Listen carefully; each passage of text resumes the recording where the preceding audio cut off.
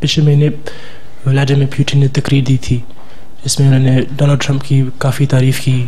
कहता है कि इससे मुख्तलिफ सियासी अमूर पर ताउन करना चाहता है, और जो ही वो मुंतखब होने के मान बाद उसने वीडियो मैसेज रिलीज़ की थी जिसमें उन्होंने मुबारकबाद दी वगैरह वगैरह।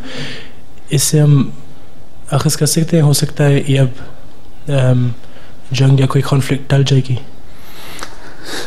मुबारकबाद तो मीडिया में वो फिर रही है, उसने पाकिस्तान के नवाज शरीफ को भी दी है पुतिन ने, मतलब मुबारकबाद उसने दी और उसने बड़ा कुछ कहा, तुम ऐसे हैं, बड़ी तारीफ़ी की हैं दुनिया, तुम ऐसी नेशन हो और तुम फ़लाँ हो हैं, किए ना, पढ़ा तुमने हैं, पढ़ा कि नहीं जो नवाज शरीफ को मैसेज भेजा था उसने, हैं पढ़ा ना, हेडलाइन देखी थी। तो तुम्हारा क्या ख्याल है कि वो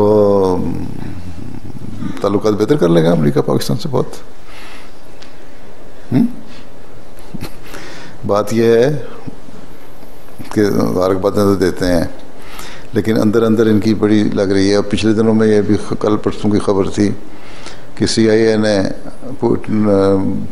ट्रंप को कहा है कि तुम ज़्यादा आगे बढ़ने के, पुतिन से दोस्ती करने की कोशिश न करो, इनकी इस पर बिल्कुल एतबार न करो, रशियन काबिल एतबार नहीं।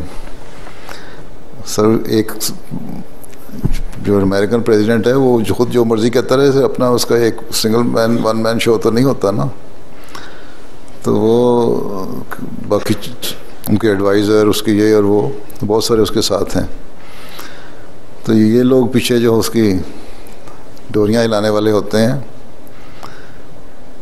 ये भी अपना काम कर रहे होते हैं। अगर जंग मुकद्दर है अभी चलती तो जो मर्ज़ी कर ले, नहीं टलनी, और अगर कुछ देर के लिए टल जाए तो फिर भी आखिरकार होनी है, तभी अल्लाह ताला की तरफ तवज्जो पैदा होनी है। ठीक है, अभी देखो आगे होता क्या। अभी तो अभी उसने 8 जनवरी को कब लेना है उसने चार्ज, ट्रंप ने जनवरी के पहले हफ्ते में या कभी है, तो फिर आएगा, देखेंगे क्या कहता है।